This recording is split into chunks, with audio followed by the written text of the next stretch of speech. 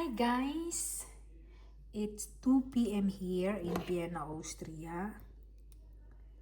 And in the Philippines, it's 9 p.m. na ng gabi. Ayan guys, so nagluto ako guys ng bola-bola with mushrooms sauce. Grabe guys, ang sarap-sarap na guys. Ayan.